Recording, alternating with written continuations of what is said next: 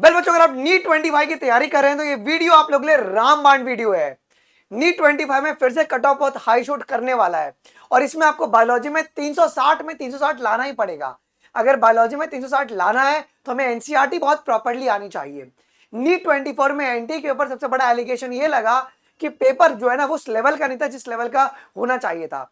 अगर एनटीए को मौका मिलता है नीट 25 का पेपर कंडक्ट कराने के लिए तो एनटीए जरूर कोशिश करेगा कि बायोलॉजी में जो है आपके पास वो कॉन्सेप्चुअल ट्रिकी क्वेश्चन बनाए।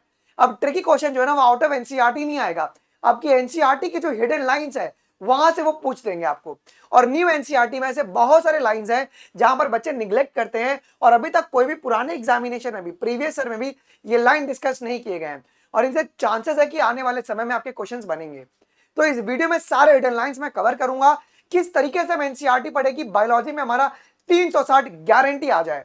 और मैं जो तरीका आपको बताने वाला, अगर आपने इसको फॉलो कर लिया ना, माय बेट कि तुम्हारे बायोलॉजी में 360 आएंगे। और ये जो भी आपकी हिडन लाइंस है ना, इससे पहले आपने कहीं पर भी देखा नहीं होगा, क्योंकि जब आप डीप एनसीईआरटी पढ़ाते हैं तभी जाके आपको समझ में आती है जी। So without wasting any time आइए हम लोग हमारे इस वीडियो को शुरू करते हैं यार।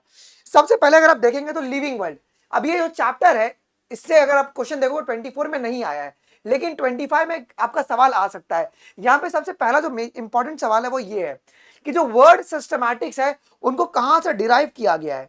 वर्ड सिस्टमैटिक क्या वो लैटिन है या ग्रीक है? अब यहीं पर 50% जनता जो ना ग्रीक और लैटिन में कंफ्यूज होती है। एनसीईआरटी साफ साफ कह रहा है क्या कि ये आपका लैटिन वर्ड से डिराइव किया गया। क्यों? क्योंकि Latin is a dead language, इसको ऑफिशियली नहीं बोला जाता है। आइए अगला सवाल, बायोलॉजिकल क्लासिफिकेशन में ये क्वेश्चन नीट 24 में आया हुआ था क्या कि हम लोग जो फंगस का जो क्लासिफिकेशन करते हैं वो किसके बेसिस पर करते हैं। अलग अलग क्लासेस में जो रखा गया अगर आप देखोगे तो वो है तुम्हारे morphology of mycelium, mode of spore formation and your fruiting bodies. NEET 24 में सवाल क्या आया था कि which of the following is not a criteria for classification of fungus. हम लोग ऐसे छोटे छोटे पैराग्राफ को है ना छोड़ देते हैं और यहां से ना नीट वाले सवाल बना देते हैं। देखो तो मोड ऑफ स्पोर फॉर्मेशन तो है, फ्रूटिंग बॉडीज है, मॉर्फोलॉजी ऑफ माइसीलियम है, लेकिन मोड ऑफ न्यूट्रिशन आपका क्राइटेरिया नहीं होता है क्लासिफिकेशन ऑफ फंगस के लिए। तो ये लाइन जिसने भी अगर पॉइंट पढ़ा होगा उनसे सवाल बन गया होगा जी। अब यार सबसे इंपॉर्टेंट जो लाइन है ना आपके बायोलॉजी क्लासिफिकेशन में वो ये पैराग्राफ है। मैक्सिमम टीचर ये कहते हैं कि ये आप लोग अगले चैप्टर में पढ़ने वाले हो तो इस पैराग्राफ को छोड़ दो। भाई इस पैराग्राफ से 3 सवाल आपके बन सकते हैं। सबसे पहली बात, पहला सवाल ये बनता है, हम लोग जानते हैं कि जो प्लांट्स में जितने भी तुम्हारे ऑर्गेनिज्म आते हैं दे आर ऑटोट्रॉफिक, लेकिन कुछ हेटरोट्रॉफ्स भी होते हैं।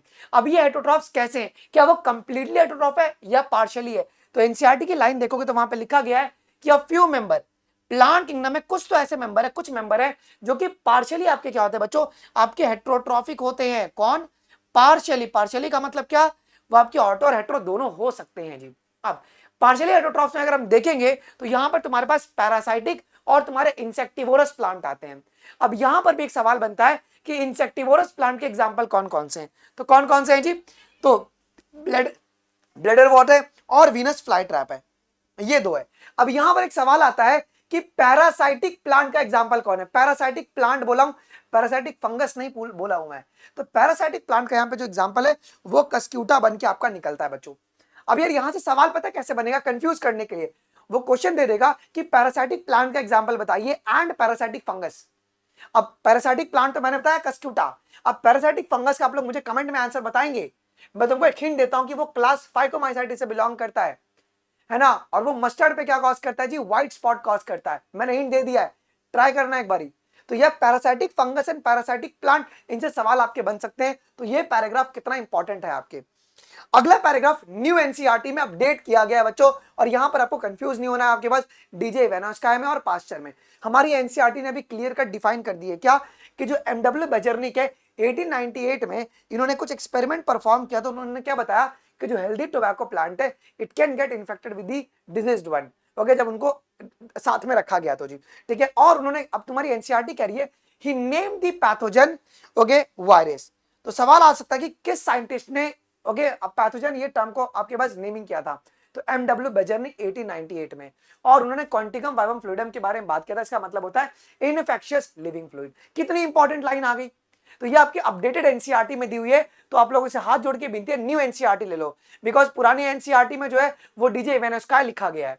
तो आप लोगों को यहाँ पे अपडेटेड रहना पड़ेगा यार। अगला जो ये पॉइंट है ना, मैक्सिमम बच्चे जो ना इसको मिस कर जाते हैं। अब ये क्या कह रहा है, हम लोग प्रियॉन्स के बारे में जानते हैं।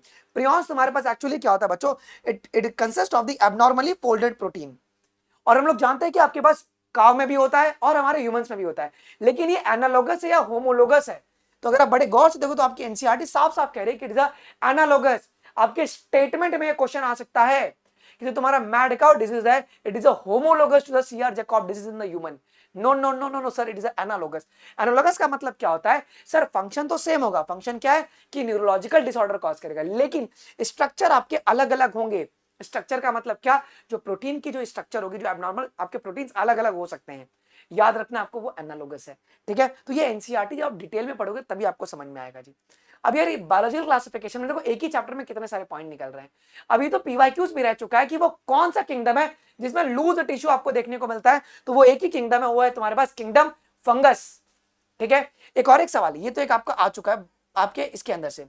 दूसरा सवाल जो आपके पास क्वेश्चन पूछा गया है कि हमारे पास मोनेरा के अंदर जो सेल वॉल होते हैं वो किनसे मिलके बने हैं, तो पेप्टिडोग्लाइकन और अमीनो एसिड। सवाल ये आया था कि वो कौन सा किंगडम है जो कि non cellulosic cell wall contain करता है पॉलीसेकेराइड एंड अमीनो एसिड, तो वो हो गया मोनेरा। बिकॉज नॉन सेलुलोसिक में अगर हम देखेंगे तो हमारा फंगस भी आ जाता है, इसमें काइटिन का सेल वॉल आपका होता है जी। कितना इंपॉर्टेंट क्वेश्चन है जी।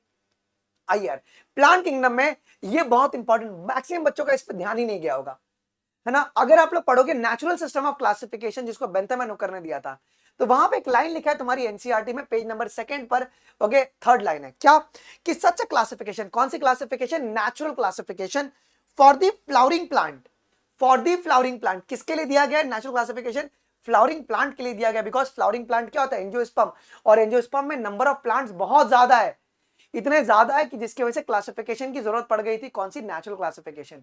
किसने दिया आपके पास? जॉर्ज बेंथम, जी भी करके याद रखना, सवाल घुमाने के लिए वो आपके पास जॉर्ज हुकर भी दे सकते हैं वो लोग, तो George Bentham and Joseph Dalton Hooker, इन्होंने आपके पास क्या किया बच्चों जी? ये नेचुरल सिस्टम ऑफ क्लासिफिकेशन दिया, आर्टिफिशियल हमारे कैरोलस लिनस ने दिया है। याद रखना ये फ्लावरिंग प्लांट। ठीक है, आ जाओ आगे की ओर बढ़ते हैं जी। अब ये पॉइंट जहां पे मैक्सिमम जो बच्चे ना बच्चों वो उनको पता ही नहीं होगा, और यहां से असर्शन रीजन सवाल बनता है। हम सभी लोग जानते हैं कि फाइलोजेनेटिक क्लासिफिकेशन में क्या होता है, हम इवोल्यूशनरी रिलेशनशिप के बेसिस पे क्लासिफिकेशन करते हैं, सभी लोग जानते हैं।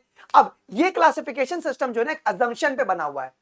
वो अजम्पशन क्या है? अजम्पशन ये है, देखो, this assumes that organism belonging to the same taxa they have the common ancestor. तो ये आपके असर्शन रीजन है बच्चों। क्वेश्चन गारंटी आपके आ सकता है कि ये कौन सी क्लासिफिकेशन सिस्टम जो है वो आपके अजम्पशन पे बनी हुई है बच्चों। ठीक है, तो वेरी वेरी वेरी आपका इंपॉर्टेंट क्वेश्चन जी। आइए, अब प्लांट किंगडम में एक और एक जो तुम्हारे पास फंगस वाला टॉपिक है, फंगस कह रहा हूं मैं, अलगे वाला टॉपिक है, वहां से एक सवाल आता है कि रेड अलगे में जो सेल वॉल होता है वो तुम्हारे पास उसका कॉम्पोजिशन क्या होता है, तो वो तुम्हारा पैक्टिन सेलुलोज और पॉलीसल्फेट ईस्टर से मिलकर बना हुआ है। तो ये भी पॉइंट आपका बहुत ही ज्यादा इंपॉर्टेंट है यार। आगे की ओर बढ़ो। अब ये बहुत इंपॉर्टेंट क्वेश्चन है, जैसे कि इस बारी फंगस से क्वेश्चन पूछा हुआ था, और हम लोग को टीचर लोग क्या पढ़ाते हैं क्लासेस में और मॉड्यूल्स में कि हमारे पास जो अलगे का क्लासिफिकेशन किया गया है वो सिर्फ और सिर्फ किसके बेसिस पे किया गया है? पिगमेंट के बेसिस पे। अगर आप समरी पढ़ोगे, अगर आप प्लांट किंगडम की बच्चों अगर आप समरी पढ़ोगे तो वहां पे साफ साफ लिखा गया है क्या कि जो अलगे का क्लासिफिकेशन किया गया है क्या क्लोरोफाइसी, फियोफाइसी और रोडोफाइसी में, not on the basis of only pigment but also on the basis of the आपके स्टोर्ड फूड मटेरियल। क्या है वो? स्टार्च है, फ्लोरिडिन स्टार्च है, लेमिनेरियन है, मैनिटॉल है, इसके बेसिस पर भी आपका क्लासिफिकेशन किया गया है जी। तो ये दोनों क्राइटेरिया को यूज किया गया था, okay, depending on type of the pigment post and types of stored. Algae को हम लोगों ने क्लासिफाई किया अलग से 3 क्लासेस के अंदर जी। कौन कौन सा? क्लोरोफाइसी, फियोफाइसी और रोडोफाइसी के अंदर। यहां तक कोई दिक्कत किसी को नहीं? समझ में आ रहा है? देखो कितनी इंपॉर्टेंट है आपके पास एनसीईआरटी की एक एक लाइन आपके लिए बहुत इंपॉर्टेंट है। इसके लिए मैं कहता हूं कि आपको एनसीईआरटी जबान पे होनी चाहिए। अगर आपको एनसीईआरटी पढ़ने तो सही तरीका मैं आपको बताता हूं क्या, जैसे कि जो मैं बच्चों को पढ़ाता हूं, मैं क्या करता हूं, सबसे पहले आपको कॉन्सेप्ट देसी भाषा में ना कॉन्सेप्ट क्लियर करवा देता हूं। ओके, देसी भाषा में कॉन्सेप्ट क्लियर करवा देता हूं। ठीक है, उसके बाद है ना मैं खुद एनसीईआरटी वर्ड बाय वर्ड पढ़ाता हूं। मेरा पहला टेक्निक ही है, बिकॉज एजुकेटर को एनसीईआरटी वर्ड बाय वर्ड पढ़ाना पड़ेगा, बिकॉज बहुत सारे इंटेक्स्ट क्वेश्चन होते हैं, बहुत सारा लाइन होता है, इसका मतलब पता नहीं होता है।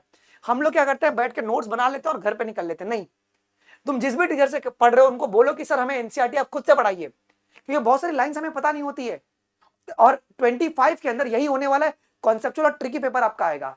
और फिर हम क्या करते हैं, देसी भाषा में कॉन्सेप्ट समझ लिया, नोट्स बना लिया, NCERT word by word reading कर लिया, और साथ साथ में हम लोग एमसीक्यूज प्रैक्टिस भी कर लेते पैराग्राफ वाइज कि एक पैराग्राफ से कितने पॉसिबल क्वेश्चन बनेंगे। ये मेरा तरीका है, तुम जाके रिकॉर्डिंग भी चेक कर सकते हो, हमने 2 दिन पहले ही सेक्सुअल रिप्रोडक्शन के क्लासेस लिए हैं जी। इसी तरीके से हम प्लस में पढ़ाते हैं। अगर आपको इसी तरीके से बायोलॉजी पढ़ना है तभी आपके जाके 360 में 360 आएंगे, ये मेरी गारंटी। अगर आप ऐसे पढ़ रहे हैं तो, अगर ऐसे पढ़ना है, अगर आपको properly complete biology, complete physics और केमिस्ट्री, आप आज ही अनअकैडमी प्लस ज्वाइन कर लीजिए। सिर्फ 5499 में आपको अनअकैडमी प्लस मिल जाएगा। और कोड अगर आप लगाते हैं बायोलॉजी लाइव तो आपको मेरी मेंटोरशिप मिलती है। मैं प्रॉपर्ली आपको गाइड करता हूं कि भाई तुम्हारी गलती कहां पर हो रही है। हमारी जूम कॉल सेशंस होती हैं वीकली, जिसमें कि हम आपका ट्रैक प्रोग्रेस रिपोर्ट में चेक करते रहता हूं। कुछ समय के बाद ये प्राइस आपका 7999 हो जाएगा। और जिस प्रकार से मैंने हिडन लाइंस आपको बताई है, वो सारी हिडन लाइंस मेरी प्लस वाले बच्चों के लिए एक अलग सा नोट्स बनता है उनका, कि कौन कौन सी एनसीईआरटी की चैप्टर वाइज हिडन लाइंस क्या क्या है। तो ये आपका एक्सक्लूसिव कंटेंट मटेरियल है, आपको भरे यूट्यूब पे कोई नहीं देगा। और नोट्स तो सभी लोग बनवा देंगे, लेकिन अगर एनसीईआरटी समझ में नहीं आया तो क्या फायदा। जंग लड़ना है, बंदूक दे दे, लेकिन बंदूक चलाना कैसे है। ऑटोमेटिक राइफल तो दे दिया है, ओके, देख लिया है वीडियो यूट्यूब पर कि हाँ ऐसा चलता है, लेकिन चलाने के लिए प्रैक्टिस बहुत जरूरी है। तो प्रैक्टिस के साथ साथ कंटेंट, क्वालिटी कंटेंट आपको अनअकैडमी प्लस पर मिलेगी। और यहाँ पर हमारी पूरी टीम आपको कंप्लीट फिजिक्स, केमिस्ट्री और बायोलॉजी कवर करवा देगी। और हमारा टारगेट है वो है कि दिसंबर तक सिलेबस खत्म करके बायोलॉजी को एटलीस्ट 8 बारी रिवाइज करवाऊंगा मैं खुद से। एक बारी कंप्लीट पूरा पढ़ाऊंगा और 7 बारी रिवीजन करवाऊंगा, सो दैट कि कोई अगर तुमको नींद में भी पूछे तो तुमको पता होना चाहिए कि ये क्वेश्चन कहां से पूछा गया है।